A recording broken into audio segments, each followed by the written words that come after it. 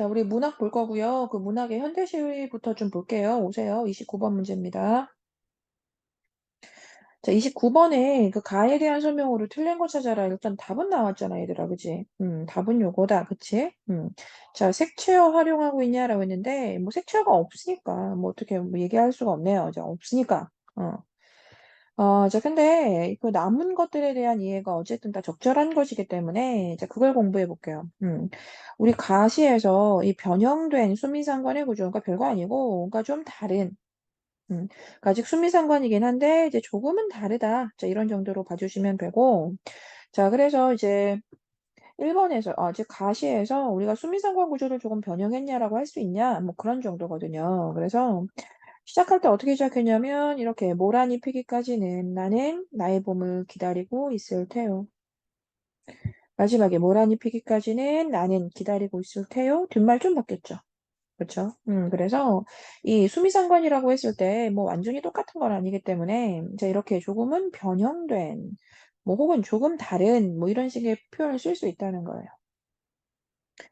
자, 뭐 아무튼 그래서 이제 수미상관 구조 이제 확인할 수 있는 시입니다. 이거 꼭 변형이라는 말 안 해도 괜찮아, 얘들아. 자, 이 시 수미상관 구조 맞냐? 이러면 맞아요. 알겠죠? 그리고 도치의 방식으로 시 마무리했냐라고 했으니까 자, 이 마무리 부분에 이제 도치법이 쓰였는지 봐줘야 할 텐데 자, 그 근거를 이렇게 보셔야겠죠. 나는 기다리고 있을 것이다. 이것을. 알겠죠? 그래서 우리가 평소에 공부했던 대로 이제 요게 도치법이 되잖아. 서술어 나오고 그 서술어에 해당하는 목적어가 이렇게 뒤로 빠지는 거. 자, 그 다음에 음성 상징어를 통해서 자, 이랬는데, 자, 음성 상징어 당연히 확인할 수 있고요. 자, 본문 가보자. 음성 상징어 뭐 있었니? 여기에서 이런 거, 모란이, 엥? 어. 자, 모란이 뚝뚝 떨어져 버린 날. 뭐 이런 거. 아시겠죠? 음. 그래서 이제 확인 가능했고, 그 마지막에 메일을 우리 하는 말이잖아, 얘들아. 음성 상징어 됐고, 작품의 표면에 나타나는 화자. 자, 표면적 화자. 자, 표면적 화자 맞니? 자, 이거거든. 음. 자, 그럼 표면적 화자 맞아? 맞잖아. 그래. 자, 그 다음에 이제 30번인데, 그 30번에 그 A와 B에 대한 설명이에요. 자, 일단 A 자체가 뭐 어쨌든 여기 어느 날인데, 맥락만 보면서 답 얘기해 볼게. 일단 여기에서 5월, 나는 모란을 기다리는 사람이야, 그치? 자, 그런데 이제 5월 어느 날, 떨어져 누운 꽃잎마저, 그러니까 즉 봄이 되어서 피었던 그 모란이 이제 5월이 되니까 어때? 꽃잎까지 다 시들어 버렸단 말이야. 자, 이런 얘기였습니다. 자, 그럼 우리가 A에서 대상과의 소통, 여기서 대상은 당연히 모란일 텐데, 그럼 모란이 다 떨어져서 지금 바닥에 이렇게 꽃잎이 다 뭐 누워있다 이랬단 말이지? 그럼 여기에서 대상과의 소통이 확대되다. 자, 어때? 맞아? 아니잖아. 자, 우린 이런 지점에서 대상과 유대감을 느낀다고 할 수 있겠어? 아니잖아. 희망을 찾았니? 지금 이 지점에서? 아니죠. 그래서 지금 그 앞뒤 문맥을 통해 그 A는 그 대상의 소멸로 인해 자, 이런 정도의 표현 쓸 수 있다는 겁니다. 자, 그리고 이제 B는 선생님이 조금 이따 읽을 거지만 이제 맞다는 거 아실 테고. 사실 그래서 A만 보더라도 그 1, 2, 3, 5번 전체 다 틀렸어요. 자, A에서 현실 비판적인 태도가 언제 나와? 그러니까 즉 나는 이렇게 어느 날 모란이 다 떨어져 버려가지고 보람도 무너지고 그렇게 남은 내내 울면서 지낸다라고 하는 요 슬픔이 여기에 대한 정서란 말이야. 알겠어? 그래서 꽃잎까지 다 시들어 버리고 났더니 결국 내 보람도 무너지고 그렇게 내 1년이 가면서 남은 기간 전부 울면서 지냈다. 였습니다. 자, 그러니까 뭐 희망을 찾게 된 거, 뭐 비판적인, 현실에 대한 비판, 이런 것들 다 말이 되지 않죠. 지금 그런 상태고요. 그 31번 문제를 좀 보기 위해서 그 좀 더 길었던 그 시를 좀 빠르게 볼까 하는데 하나도 안 어려우니까 잘 따라와 봐. 아래층에서 물 틀면 단수가 되는 그렇게 좁은 계단을 올라가야 하는데 전세방에서 만화 공부를 하는 나. 자, 여기까지 나의 처지가 나왔어. 어떻단 얘기야? 가난하단 얘기지. 자, 그런 나를 위해서 내 등록금을, 그래서 또 누가 내? 내 가족이 내는데, 그 등록금 때문에 막 사갈색 방으로 이사 가고 그런데, 그래서 나와 함께 여기에 또 뭐가 나와? 나의 가족. 응. 그 가족의 처지. 역시나 나랑 똑같지. 가난해. 자, 이제 그렇게 해서 막 이사 간대. 내 등록금 때문에 이렇게 이제 이사 가는 내용이 나왔어. 그럼 여기에서 그 화자가 느꼈을 정서는 뭐겠어, 얘들아? 여기에서 미안함이 되게 크겠지. 그치? 그치? 자, 그렇게 가슴이 한참 덜컹거렸다라고 했는데, 이게 그런 정서일 거야. 어떤 미안한 그런 마음에다가 또, 결국 자기도 지금 가난해서 괴로운 상태니까, 이런 미안한 마음, 괴로운 마음 있겠지. 자, 이제 그렇게 형은 나 짜장면 시켜주고 갔다. 뭐 이런 얘기가 나왔고, 그 짜장면 앞에 놓고 그 중국집에 그 사장 부부를 봤다. 뭐 이런 얘기였잖아. 자, 처음엔 웬 이상한 부부였다라고 했는데, 내가 그래서 관찰을 해요. 그쵸? 근데 지금 상황이 어떠냐면, 그 바쁜 점심시간에 맞춰서 그냥 잠을 자주는 그 아기를 고마워하면서, 그렇게 그 연약한 반죽 정도 하는 그 상황이 마치 그들한테는 튼튼한 미래를 꿈꾸는 것 같고, 아주 명랑한 분위기로 전화도 받고, 아주 서둘러서 배달도 나가고 그러더래. 이런 거. 그래서 결국 이 지점에서 지금 화자는 대상에 대한 여기서 대상이란 이제 이 젊은 부부겠죠. 그 대상의 모습이 나오면서 그 대상을 어떻다고 해야 하니 이 사람들 아주 열심히 살기 위해서 긍정적으로 노력하는 사람이죠. 그죠? 긍정적으로 이제 의지 있게 노력하는 사람들이야. 자, 그래서 그 모습을 보니까 어때? 처량해 보이니? 아니야, 되게 좋아 보인다는 거야. 그래서 여기에서 대상에 대한 화자의 정서가 나옵니다. 너무나 아름다워 보이더라. 그래서 나는 물배가 부른데도 짜장면 남길 수가 없어서 마지막 면발까지 다 먹고 나니까 더부룩하게 배가 불렀다. 살아간다는 게. 그래서 이 지점을 굳이 얘기하자면 또 여기서 도치잖아요. 그쵸? 나는 살아간다는 게 참 배가 불렀다. 우리도 이거 지금 비슷한 얘기 하잖아. 야, 너 진짜 배가 불렀다. 막 그런 얘기 하잖아. 무슨 말인지 알 것 같아? 그래서 이 지점에 결국 그 짜장면을 다 먹고 나니까 내 배가 실제로 부른 것도 맞는데 참 내가 살아가는 이 나의 삶의 방식이 참 배가 불렀다고요. 스스로 생각해 보니까. 그래서 여기에서 우리가 나의 삶의 방식에 대한 태도가 하나 나온다. 뭐가 좀 반성적인 태도가 나온다라고 하게 돼요. 그래서 마지막까지 그날 나는 분명 슬펐죠. 그쵸? 그날 언젠지 알잖아. 짜장면 먹은 날. 자, 그날 나는 분명 슬펐지만 그 슬픔도 참 배불렀던 것 같다 였습니다. 그래서 실제로 짜장면을 먹어서 배부른 것도 있지. 그렇지만 결국 그날 내가 느꼈던 그 슬픔이라는 정서가 정말 나는 배불렀던 것 같다. 라고 해서 이 마지막 내용도 그대로 좀 전에 얘기했던 대로 이렇게 좀 반성적인 태도를 마무리가 된 거예요. 그런 시였어. 자, 그러면 선택지 봐봐이. 자, 일단, 그 가시 같은 경우에 좀 맥락을 보시면 되는데, 나는 섭섭해 울어. 그치만 기다릴 거야. 라는 점에서 결국 꽃이 사라진 것에 대한 화자의 태도가 좀 대비된다고 할 수 있니? 그렇지. 마냥 슬퍼하기만 하다가, 그래도 기다려야지. 이랬으니까 대비란 말 할 수 있고. 자, 그 다음에 이게 마지막에 찬란한 슬픔이라는 좀 어려운 말이 나왔는데, 이걸 좀 모순된 진술이라고 할 수 있냐라는 건데, 사실 이거 역설법이라는 말로 바꿔서 이해해줘도 좋고요. 이 마지막 지점에 이제 역설법이 나왔다. 자, 이렇게 표현할 수 있습니다. 자, 그 다음에 연약한 반죽 튼튼한 미래. 그러니까 반죽은 비록 되게 연약하고 보잘것없어 보이지만 그들은 그것에서 튼튼한 미래를 좀 꿈꾸는 것 같았다. 즉, 이미지가 좀 대비적인 거 맞니? 맞아. 그럼 거기에서 좀 희망을 잃지 않으려고 하는 그들의 건강한 삶이다라고 해도 돼? 되지. 자, 그다음 처음엔 이상한 부부였어. 그치? 이제 그런데 참 눈물처럼 아름다워 보였단 말이지. 이렇게 이 부부를 대하는 그 태도가 좀 대비적이라고 해도 돼? 그치? 처음엔 그냥 이상했거든. 근데 보다 보니까 참 아름다워 보여. 그래서 좀 대비적인 태도 맞고 뒤로 갈수록 이렇게 화자의 긍정적인, 즉 대상에 대한 긍정적인 태도가 좀 더 드러난다라고 할 수 있겠지. 이 마지막에 슬픔도 참 배불렀다라고 하는 이 자체를 역설법으로 보는 것도 좀 힘들고요.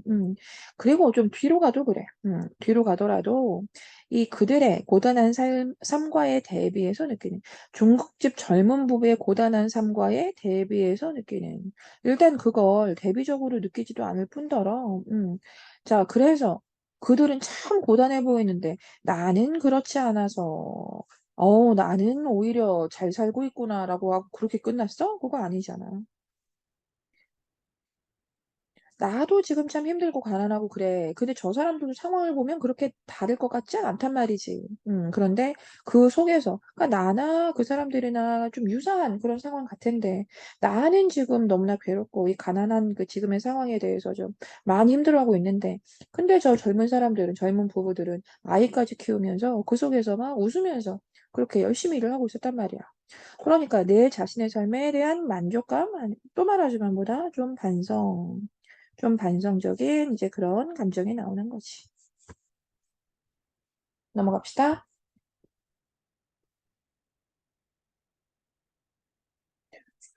자, 그 다음에 이제 고전시가 나왔는데, 좀 읽기가 어렵진 않았을 거예요. 뭐, 의미를 이해하기는 어려울 수 있었겠지만, 그래도 읽는 것 자체에는 좀 무리가 없었길 바라면서, 자, 답은 뭐, 나와 있으니까 보세요. 자, 서리적 표현 활용하고 있는 거 맞고요.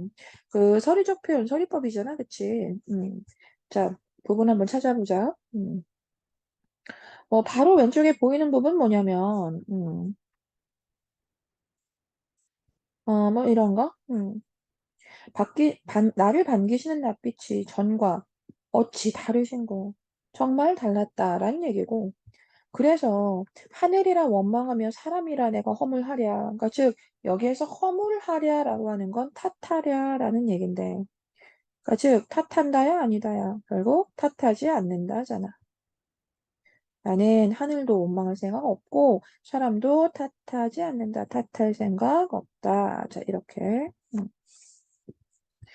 자, 서리적 표현 찾을 수 있고요. 자, 그리고 이 나 같은 경우도 읽다 보면 뭐 사람 말에서 정확하게 서리적 표현 나오니까요.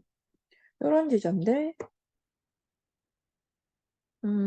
여기 풍랑이 거세게 인다 한들 편안한 내 마음을 어찌 흔들 수 있겠는가? 흔든다야 못 흔든다야 흔들 수 없다. 또 오히려 한입 조각배로 만리의 부슬비 속에 떠 있는 것이 낫지 않는가? 자, 낫다. 어찌 이를 두려워하지 않고 오히려 나를 위태롭다 하는가? 그러니 나는 위태롭다 할 필요 없다. 뭐 이런 거죠. 음. 자, 그래서 이렇게 각각 서류적 표현 찾아볼 수 있고요. 자, 그 다음 33번인데, 뭐 보기에 짧은 내용이었지만 뭐 읽어봤을 거라 보고, 자, 이렇게 임금과 떨어진 신하가 임금 그리워하는 거다라고 했죠. 그래서 좀 충성심하고 연결해 볼 수 있는 거다라고 했고요. 자, 이렇게 천상배국경을 어찌하여, 이별해두고 너는 여기에 내려왔니? 라고 했기 때문에 화자가 임과 함께 지내던 공간. 자, 이렇게 표현할 수 있고. 자, 그다음 내 몸에 지은 죄가 조물의 탓, 뭐 이런 식의 표현에서 뭐 한탄이라는 말은 할 수 있어요. 자, 그런데 조물의 탓을 하는 게 나를 관직에서 물러나게 한 그 사람들이야. 그 사람들이 조물주야? 그래? 아니지. 그래서 이런 내용들 연결할 수 없습니다. 자, 꿈속에서 임의 모습을 보고 막 눈물 난다. 자, 이랬어. 그럼 대상에 대한 걱정이나 그리움이라는 정서 가능하잖아. 나머지 넘어갈게요.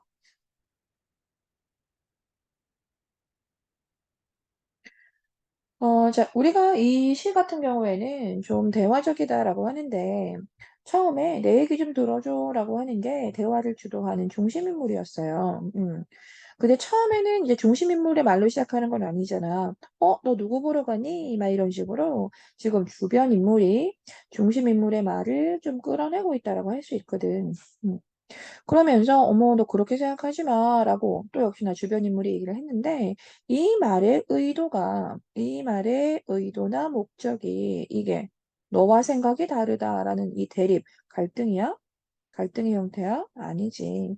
이 말은 우리가 충분히 맥락을 통해서 어떤 것을 의도로 하고 있다? 좀 위로해주는 말이다. 라고 할 수 있거든. 알겠어요? 음. 넘어갑시다. 35번 됐고요. 마지막 질문으로 갈게요. 소설입니다. 지금 이 소설에 대한 내용 얘기는 좀 할 필요 없어 보이고요. 그 문제를 잘 보면 지금 연결된 부분과 관련해서만 선생님이 좀 빠르게 얘기해 볼게요. 그 A에서 술상 특징으로 적절한 거라고 했는데 그 A가 내용 잘 읽어봐. 내용 읽어보면 이렇게 되어 있어. 우리 학급이 정상으로 돌아간 데는 거의 한 학기가 다 소비됐대. 여름방학이 지나자 벌써 서너 달 앞으로 닥친 그 중학입시가 말개나 할 만한 아이들의 주의를 온통 그렇게 끌어들인 이유 때문이기도 했고, 또 그보다는 경험의 교훈이 좀 자정 능력을 길러준 것 덕분이 아닌가 한데, 자, 우리 학급이 왜 정상으로 돌아가는데 왜 한 학기가 다 소비되어야만 했는지 이 사람이 지금 서술자가 그 이유를 자신의 입장에서 서술해 가고 있어.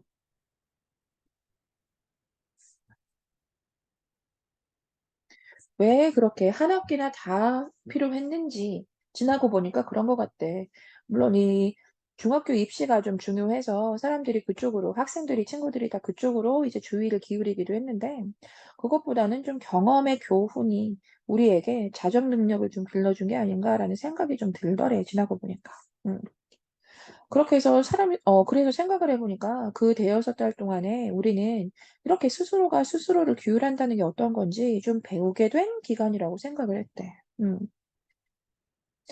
근데 그때는 당연히 그 일을 몰랐고, 이 선생님의 깊은 뜻을 이해하는 데는 굉장히 많은 시간이 지나고 나서였대. 음, 뭐 이런 얘기였습니다. 자, 그러면 여기에서 이제 사실 있는 그대로 선생님이 뭐 추가적인 설명한 거 없잖아요. 그쵸? 그럼 이 A의 내용으로 독백을 통해, 그래, 맞아. 독백인 것 같긴 해. 그런데 뒷말 어때? 좀 적절하다고 느껴지진 않아요. 그쵸? 자, 그런데 뭐 이런 것도 보자마자 틀렸다고 할 수는 있죠. 그런데 이 어때? 보자마자 회상의 방식을 통해 과거 사건의 의미에 대해서 쓰고 있다. 그치? 자, 시간이 훨씬 더 지난 다음에 난 그걸 깨달을 수 있었다라고 해서 이 지금 서술하고 있는 내용은 전부 다 회상이라는 걸 알 수 있고 그렇게 회상을 통해서 여기서 말하는 과거 사건은 뭐겠어요? 좀, 이, 우리 반이 좀 정상적으로 돌아오기까지의 뭐 그 내용인 거잖아요. 그래서 그 과거 사건에 지나고 보니까 의미가 어땠는지에 대한 이야기를 하고 있었던 거지. 자, 그 다음에 이 45번 같은 경우에 그 답이 1번인 건 뭐 연결해서 쉽게 할 수 있었을 것 같아. 자, 가에서 선생님이 이제 아이들을 막 꾸짖는 모습이 있었고, 그게 이 136신에서 이제 다시 대사로 막 나타났는데, 그 변화를 잘 보면, 여기에서 뭐라고 했어? 그것을 통해 아이들의 변화에 비관적인 모습을 부각했다. 이제 이렇게 했다는 거야. 그 136신에 선생님이 막 이제 지시를 해요. 그쵸? 자, 여기에서 너희들은 대체 언제까지 이럴 거냐고 막 소리도 지르고, 왜 그렇게 매일 얻어맞고 그게 무서워서 결석을 하냐 이런 얘기. 석대가 왜 그렇게 무섭냐? 나는 겁쟁이는 가르칠 생각 없다. 절대 피하지 마라. 싸워라. 막 이런 얘기 하잖아. 알아듣냐, 알아듣냐, 싸워라. 이런 얘기를 한다는 거. 그럼 여기에서 이 대상에 대해 비관적인 태도라고 해야 돼? 음. 자, 비관이 뭔데? 비관은 절망적인 거잖아. 그 말 속에서 우리는 그 선생님의 절망적인 태도가 나온다고 할 수 있어? 아니지, 당연히. 아이들을 자꾸 격려하고, 그렇게 아이들을 이렇게 좀 지지해주고, 용기를 주는 좀 그런 내용이라고 해줘야 하잖아.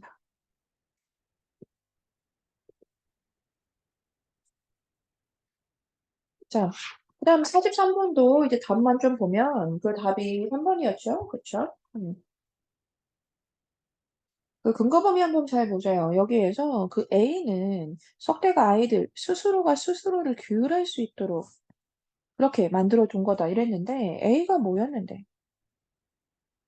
A 자체가 앞부분에 나타나 있었죠. 자, A가 앞부분에 석대의 질서. 시작하자마자 나온 이 석대의 질서야. 석대. 그럼 석대의 질서가 무엇인지, 석대는 어떤 사람인지, 어디에서 얘기했어? 줄거리에서 얘기했어. 그 줄거리에서 뭐라고 했냐면 힘으로 학급을 장악하고 있던 석대라고 해서 여기에서 석대 캐릭터가 나왔단 말이야. 그렇게 해서 만든 이석대의 질서래. 알겠어? 그러니까 여기에서 그 아이들을 누르고 있던 그 힘으로 우리는 그 질서를 얘기해줘야 하잖아. 알겠니? 스스로 뭔가 민주적으로 막 무언가를 할 수 있는 그런 형태의 질서를 석대가 만들었다? 말도 안 되는 거지. 알겠어? 그래서 스스로가 스스로를 규율할 수 있도록 만든 것 아니고요. 그 질서는 뭐다? 힘의 질서입니다. 힘으로, 강압적으로 위력을 행사했던 그런 질서였습니다. 알겠어요?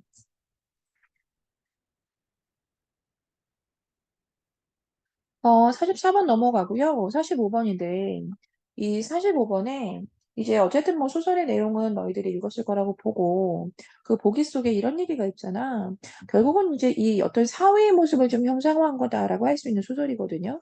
그래서 힘으로 이렇게 이제 뭐 반의 질서를 이렇게 만들고 자기가 독재적으로 그렇게 끌고 가던 그런 아이였는데, 결국 그런 아이가 쫓겨나고, 비록 혼란의 좀 시기는 있었습니다만, 그래도 아이들이 좀 민주적인 그러한 방식에 대해서 점차 이제 알아가게 되고 이제 배워가게 되는 그러한 내용이었잖아.